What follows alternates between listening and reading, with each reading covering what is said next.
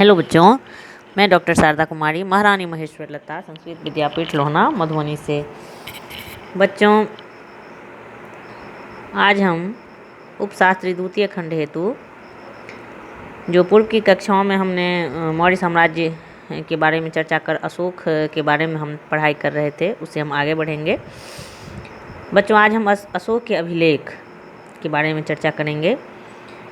अशोककालीन इतिहास जो है वह साम्राज्य विस्तार एवं धार्मिक दृष्टिकोण को समझने में अशोक के अभिलेख जो हैं वो अत्यधिक सहायक सिद्ध हुए हैं। अशोककालीन इतिहास को समझने में उसका साम्राज्य विस्तार हो या उसका धार्मिक दृष्टिकोण हो, यानी उस काल के घटना को समझने के लिए अशोक के अभिलेख से हमें जो है अत्यधिक सहायता मिली है। अभी तक 40 से अधिक अभिलेख जो है प्राप्त हुए हैं, जो भारत के कोने कोने में बिखरे हुए हैं। देवदत्त रामकृष्ण भंडारकर महोदय ने तो मात्र अभिलेखों के आधार पर ही अशोक का इतिहास लिखा है। अशोक के अभिलेख 3 वर्गों में विभाजित हैं। पहला शिलालेख, दूसरा स्तंभ लेख, तीसरा गुहा लेख।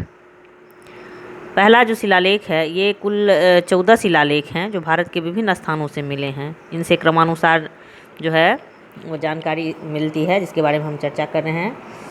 प्रथम अभिलेख में जीवों की बलि निषिद्ध की गई है, यानी जीव हत्या पे रोक लगाई गई है।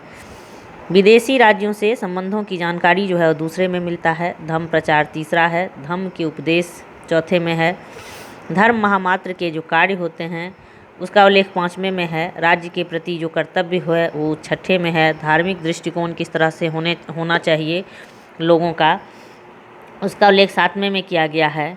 8वें में बिहार यात्रा के स्थान पर धम्म यात्रा को आरंभ करने का उल्लेख मिलता है। 9वां जो है समारोहों पर मंगलाचारों को निरर्थक बताया गया है। 10वां में लोगों को धर्म के अनुरक्त बनाना ही सच्ची कीर्ति है, इस बात का उल्लेख किया गया है। 11 में कहा गया है कि वाणी के संयम पर जोर देना चाहिए। 12वें में धार्मिक सहिष्णुता पर जोर देने की बात की गई है। 13वां जो है वो कलिंग विजय और विदेश से संबंधित है और उस पर प्रकाश पड़ता है। चौथा जो है उपसंहार, धम्म लिपि लिखवाने का उद्देश्य क्या था, इन सब बातों पे चर्चा की गई है। प्रथम शिलालेख जो है वो जूनागढ़ जिला गिरनार सौराष्ट्र से मिला है और इसकी लिपि जो है ब्राह्मी है। इसकी दिखाई गई इसमें 12 पंक्तियां हैं, जिसमें हिंदी का अर्थ जो है इसके 12 पंक्तियों का जो इतिहासकारों द्वारा बताया गया है वो ये है। जैसे पहला जो पंक्ति है उसमें कि लिखा गया है कि यह धम्म लिपि देवनांग प्रियदर्शी राजा अशोक द्वारा लिखवाया गया, यही कि कोई भी जो है जीव बलि हेतु नहीं मारा जाएगा, न कोई समाज जो है वो उत्सव किया जाएगा। बहुत सा दोष जो है वो इसमें है। समाज में देवनांग प्रियदर्शी राजा देखता है। इसके बाद जो है फिर भी निश्चित प्रकार के समाज को ही देवनांग प्रियदर्शी राजा उचित मानता है। देवानंग प्रियदर्शी के लिए प्रत्येक दिन सहस्त्रों जानवर व्यंजन के लिए मारे जाते थे, पर आज से जब यह धर्म लिपि लिखवाई गई तब से 3 ही प्राणी, 2 मोर और 1 मृग व्यंजन के लिए मारे जाते हैं। इसमें भी मृग का मारना निश्चित नहीं है, पीछे ये भी 3 प्राणी नहीं मारे जाएंगे। इस लिपि में जो है वह इस बातों का उल्लेख मिलता है जो ब्राह्मी में है। स्तंभ लेख जो है इसकी संख्या 6 है, गुहा लेख की संख्या 3 है।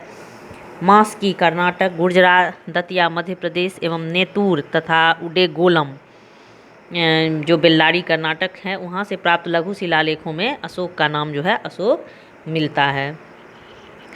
ब्राह्मी एवं खरोष्टी लिपि उत्तर में उत्तराखंड में कलसी से लेकर दक्षिण में मैसूर तक के भूभाग में अशोक के जो अभिलेख है वो ब्राह्मी लिपि में मिले हैं और ब्राह्मी लिपि जो है वो बाएं से दाएं लिखी जाती थी। ब्राह्मी लिपि आधुनिक भारतीय भाषाओं में प्रयुक्त लगभग सभी लिपियों का मूल है।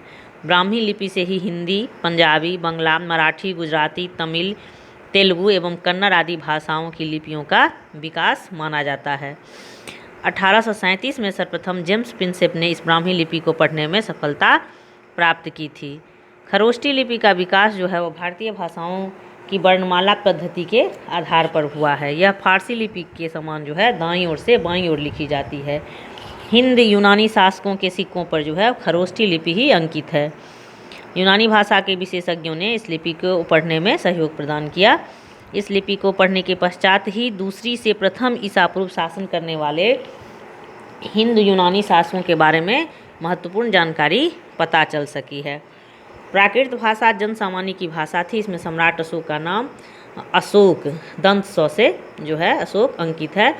कुछ अभिलेखों की भाषा प्राकृत है। तो बच्चों, आज हमने अशोक के धम्म के बारे में जानकारी है प्राप्त की। अब अगली कक्षा में बच्चों हम मौर्य प्रशासन से संबंधित बातों पर चर्चा करेंगे। तब तक के लिए इतना ही। धन्यवाद।